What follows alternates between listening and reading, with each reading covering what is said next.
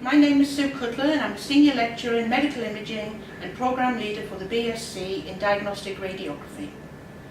I should like to welcome you to Teesside University and the School of Health and Social Care for the review of the BSc, PG DIP and MSc pre-reg programmes in Diagnostic Radiography.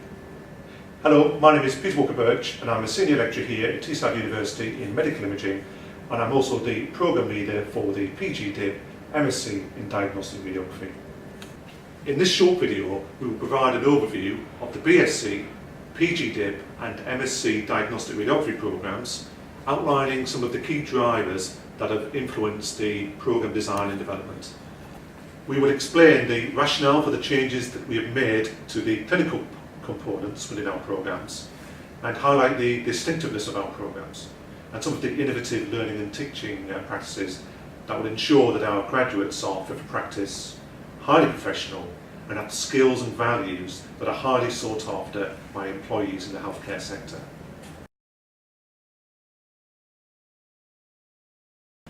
Long clinical placements with continuous competency assessments will continue in both programmes as they are highly valued by both students and the clinical practitioners.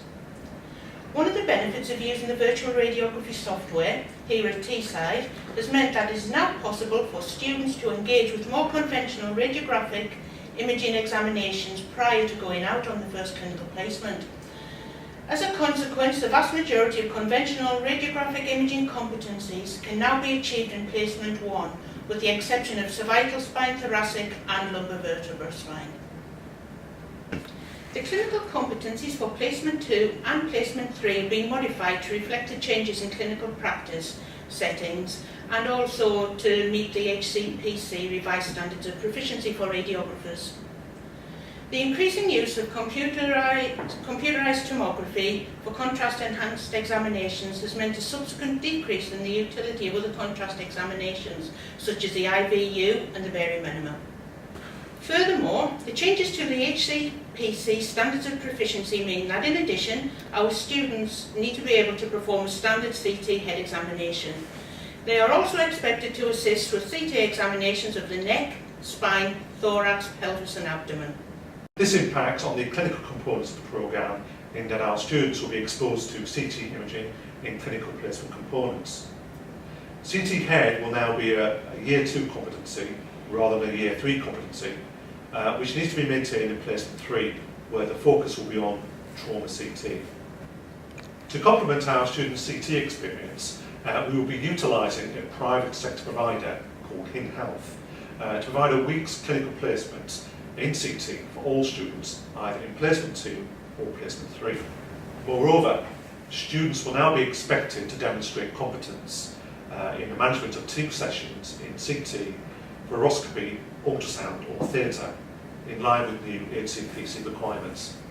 Our students are expected to assist with standard MRI, ultrasound and RNI procedures.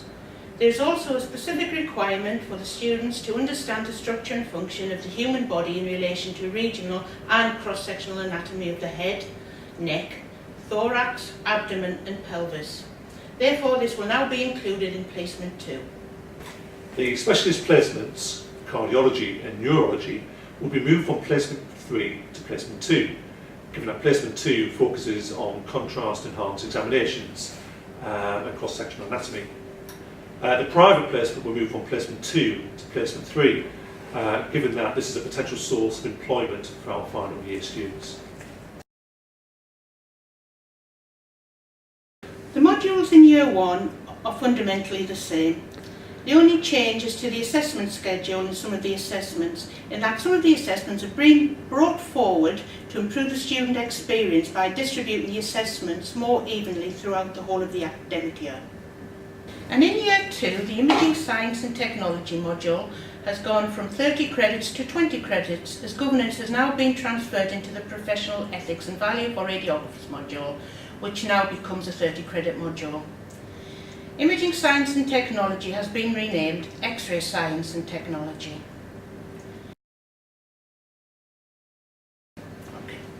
Year 3, the Image Interpretation module has been renamed to Preliminary Clinical Evaluation, and this will increase from 10 to 20 credits. The rationale for this is that it is a key skill that is required to develop radiographers, and they need to be able and capable of delivering first-line interpretation on radiographic images to support patient treatment and management through the delivery of timely preliminary radiographic evaluations.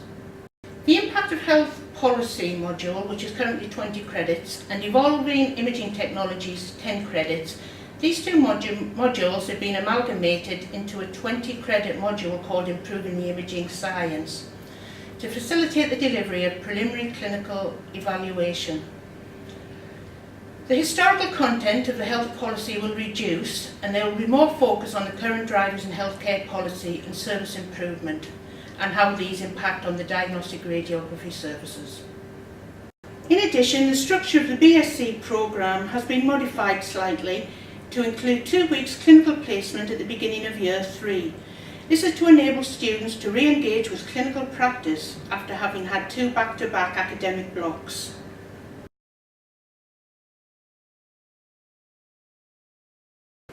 The design of the PG DIP and MSc in diagnostic radiography has and continues to be highly regarded by our external examiners in terms of the design, structure and innovation within our programmes.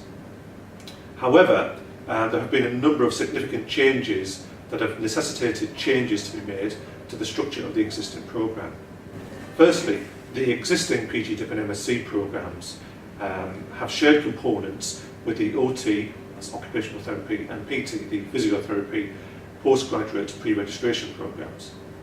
However, the future needs of both these professions differ significantly going forward. Both the OT and the PT programmes have brought the timing of the major projects and the research methods module that supports the major project significantly forward to meet the needs of their students. They are able to do this because they make use of shorter and more frequent clinical placements. Consequently, diagnostic radiography students are now unable to share these modules, and therefore the major project module is to be run independently by the medical imaging team. Dr. Philip Cossin from the medical imaging team will become the module leader for the major project instead of Dr. Marjorie Wilson from the physiotherapy team. The new module will be called Major Project for Radiographers and will start and finish at exactly the same time of the year as the current module, October to February. The Research Methods team will continue to run the Research Methods module, but specifically for the MSc Diagnostic Radiographers, and this will be called Practical Research Methods for Radiographers. Now, secondly, the OT and the PT programmes are no longer supporting the shared Contemporary Radiographic Imaging module for exactly the same reasons. It was felt too that this module was not meeting the specific needs of each profession, with too much emphasis placed on the history of the NHS. Therefore, this module is to be replaced with a module specific to meeting the needs of diagnostic radiography students, called Healthcare Policy in Radiographic Practice. Given that both OTs and PT programmes are putting in place profession-specific modules to support their own students. Thirdly, there have also been changes at Teesside University around the provision of interprofessional learning activities within the School of Health and Social Care. This has meant that there is now only a single opportunity for a generic interprofessional learning session, with the exception of the shared MSc induction activities. Therefore, the MSc students are now expected to participate in a large-scale patient safety day during clinical placement 2, which is held at James Cook University Hospital, in collaboration with Teesside University, Newcastle University and Durham University. Now, our students will work with a variety of professions, including junior doctors, with a focus on patient safety, patient complaints and multidisciplinary team working. Lastly, service users and carers have historically only been involved in year 1 of the PG DIP MSc programme as part of the Radiographic Studies module. Now, service user sessions evaluate really well across both programmes, and it was felt that additional contact with service users and carers should be welcomed to ensure that there is parity between the MSc and BSc programmes in terms of service user contact. Therefore, the second year MSc and BSc students will share a user carer session as part of the contemporary radiographic imaging module around caring for and dealing with patients with comorbidities and complex needs, for example, dementia patients. Moreover, following discussion with service users and carers, it was felt that the MSc induction activities in week 1 of the programme should be strengthened with a user carer session that ensures that our students are clear from the very start that our services and our professional interactions should be centred around our service users and carers, and how they, as the future of our profession, should be responding to the needs of those people that they will serve. Our programmes are very distinctive, and they make use of a wide range of innovative technologies and innovative teaching and learning practice across both of our radiography programmes. We continue to make use of an extensive digital imaging teaching library which we call 2PACS, that is the Teesside University Picture Archiving and Communication System. We have over 800,000 diagnostic quality radiographic images with associated radiological reports in our Teesside University Radiology Information System for training. We also call this Tourist. The digital imaging library is used for creating lectures and e-learning resources, as well as for formative and summative assessments. Postgrad students have also carried out research based on the images and reports within these systems. The use of the virtual radiography computer simulation software is integral to the success of both programmes. It has been in use in the School of Health and Social Care since February 2006 and was developed by our very own Dr. Philip Cosson and his business partner Neil Willis. Each student will undertake at least 25 hours of simulation within the programme. They are introduced to radiographic terminology, radiographic equipment and technique through simulation labs where they're able to take virtual radiographs and gain instant feedback within a safe, tutor-facilitated environment. Radiation physics is explained using a computer simulation of the X-ray tube and X-ray beam. Exposure factor manipulation, system design and dose calculation are also explored via an interactive computer simulation of the X-ray beam. The core codes and SPICE systems are two new, exciting innovations by Dr. Philip Cosson and are currently being trialled in both of our programmes. Core codes, or commenting on radiographs, are a highly structured vocabulary specifically designed for the preliminary clinical evaluation of the radiograph. Core codes are used in combination with our new SPICE system, which is short for Structured Preliminary Clinical Evaluation. And now this is an electronic web interface that is used to train radiographers to make preliminary comments on radiographs through the use of structured questions and the selection of appropriate vocabulary to describe what they are seeing. Now the SPICE system is an excellent learning and teaching tool that is also able to feed back to the student their sensitivity and specificity when it comes to preliminary clinical evaluation. Now, a range of entertaining and visually exciting video podcasts have recently been trialled with the MSc students in both Clinical Placement 1 and Clinical Placement 3 to build upon existing strategies for supporting students at a distance within the practice setting. They have evaluated really well by our students and provide useful information and guidance on academic and clinical issues, as well as quizzes, images and other forms of academic material. The idea is to break down the traditional barriers between student and academic and bring an element of fun to support our students.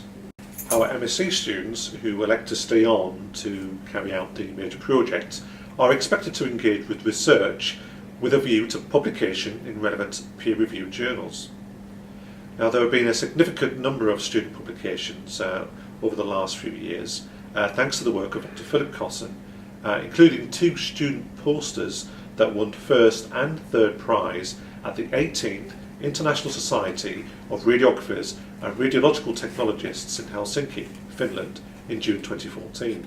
The excellence of the research done by these MSc students has been recognised by Cynthia Cowley, the Adjunct Associate Professor at Central Queensland University and the former Director of Education for the ISRRT, who has sent a letter to Dr Philip Cosson on the possibility of Teesside University students collaborating with research students from the Monash University in Australia. In addition, our BSc students have also presented at the School of Health, Learning and Teaching conferences, as well as presenting some of their work at the Health Education North East event. This is an event where students demonstrate their innovative ideas around service improvement and practice delivery to our commissioners. Some of our BSc students have also published in the Imaging and Therapy Practice periodical. We've recently successfully trialled the use of our image intensifier with a simulated theatre environment to provide our students with some experience of being able to manipulate the image intensifier within this challenging environment.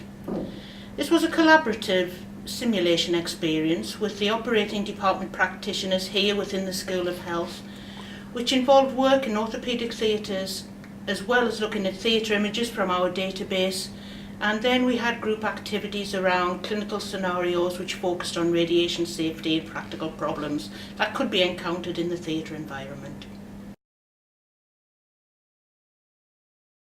At the end of our programmes, our graduates will be highly skilled, will maintain the highest standards of care and service, and they will treat every individual with compassion, dignity and respect.